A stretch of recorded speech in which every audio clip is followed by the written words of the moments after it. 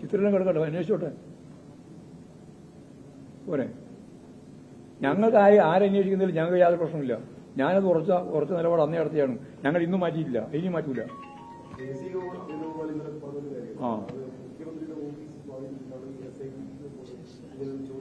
അത് കോടതിക്കെതിരായിട്ടുള്ള വിമർശനമാണ്. കോടതി പറയട്ടെ മറുപടി. ഞങ്ങൾക്ക് പറയേണ്ട കാര്യമൊന്നുമില്ല. അത് കോടതിയാ പറയേണ്ട ഉത്തരം. ഞങ്ങൾ സ്വാധീനിച്ചിട്ടാണോ എന്നുള്ളത് കോടതിയുടെ ഡിവിഷൻ ബെഞ്ചാണല്ലോ ഉള്ളത് ഇത് പരിശോധിക്കുന്നത്. അവരെ പറയട്ടെ, ഞങ്ങൾക്ക് എന്താ മറുപടി പറയേണ്ട കാര്യം. കെ സി വേണുഗോപാലൻ കേന്ദ്രത്തിന്റെ ഏറ്റവും പ്രധാനപ്പെട്ട കോൺഗ്രസ് നേതാവ് എന്ന രീതിയിൽ വെല്ലുവിളിച്ചത് കോടതിയെയാണ്, അല്ലാണ്ട് CPM-നെയും ഇടതുപക്ഷത്തിനൊന്നുമല്ല.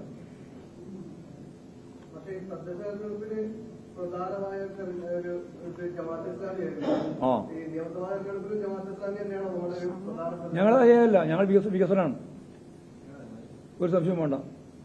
ജമാഅത്തെ ഇസ്ലാമി എന്നെല്ലാം പറഞ്ഞത് ഇവനെല്ലാം കൂടി ചേർത്ത് തോറ്റ് തുന്നം പാടും ഈ കേരളത്തിൽ. ഒരു സംശയവും വേണ്ട.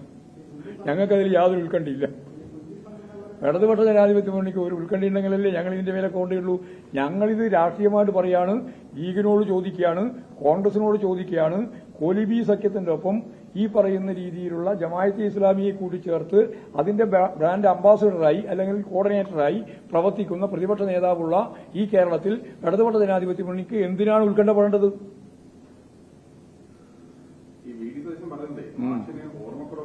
കാരണം ഈ ജമാഅത്തെ ഇസ്ലാമിയായിട്ട് LDF ഒരുമിച്ച് പോയ കാലത്തെക്കുറിച്ച് പിണറായി വിജയൻ സംസാരിക്കുന്ന പ്രസ് മീറ്റിന്റെ ഭാഗമാണെങ്കിൽ മാഷിന് കൊടുക്കട്ടെ.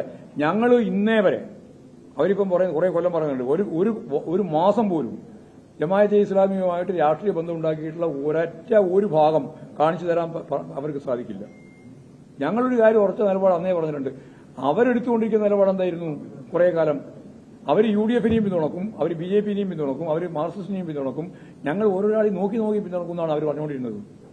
അതിന് ഉത്തരവാദിത്വം ഞങ്ങൾക്കാർക്കും ഇല്ല. ഒരു ബന്ധം ഉണ്ടാക്കിയില്ല, ഇന്നേ വരെ ഒരു ബന്ധം ഉണ്ടാക്കിയില്ല. ഇതേവരെ ഈ നിമിഷം വരെ ജമാഅത്തെ ഇസ്ലാമിയുമായി ഒരു രാഷ്ട്രീയ കൂട്ടുകെട്ട് ഉണ്ടാക്കിയിട്ടില്ല. അതുപോലെ തന്നെ വർഗീയ ശക്തികളുമായിട്ട് ഒരു കൂട്ടും CPM ഉണ്ടാക്കിയിട്ടില്ല. ഇനി അതിനോട് സംശയം ഉണ്ടാകും.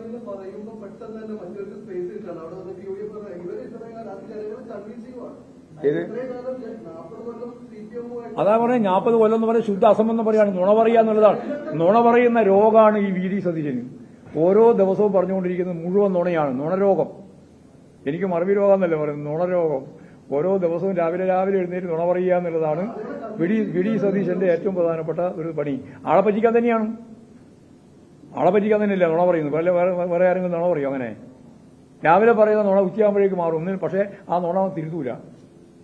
അതുകൊണ്ട് നുണരോഗത്തിന്റെ വ്യക്താവായിട്ട് മാറിയിരിക്കുകയാണ് VD സതീശൻ എന്ന കോർഡിനേറ്റർ. കോലിബി ഇവിടെ ഇനി ഒന്നും കൂടി പറഞ്ഞാലേ, ഒന്നും കൂടി അത് നിങ്ങൾ കൊടുക്കൂല.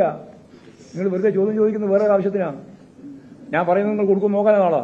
ഞാൻ ഇപ്പൊ പറഞ്ഞ ഇതാണ്, കോലിബി ജമാഅത്തെ ഇസ്ലാമി സഖ്യത്തിന്റെ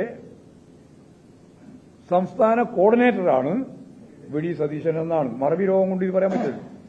ഇതാ പറഞ്ഞത്. പിന്നെ നേരത്തെ ഇതും കൂടി പറഞ്ഞു, എന്നെപ്പറ്റി നുണരോഗമാണ്. ഞാനും പിണറായി വിജയനും ജയിച്ചത് ജമാഅത്തെ ഇസ്ലാമിന്റെ വോട്ട് കൊണ്ടാണെന്ന് പറഞ്ഞ ശുദ്ധ അസംബന്ധം, കളവ്. ആ കളവിങ്ങനെ ആവർത്തിച്ചുകൊണ്ടിരിക്കുകയാണ്. അത് നുണരോഗം. അതാണ് ഞാൻ പറഞ്ഞത്. മാത്രമല്ല ഇപ്പോൾ യഥാർത്ഥത്തിൽ VD സതീശൻ കൃത്യമായിട്ടുള്ള വർഗീയ അജണ്ടയാണ് കളിക്കുന്നത്. അതിന്റെ പ്രധാനപ്പെട്ട ഒരു അസിസ്റ്റന്റാണ് ഇവിടെയുള്ളത്, ഈ വടകരയുള്ളത്.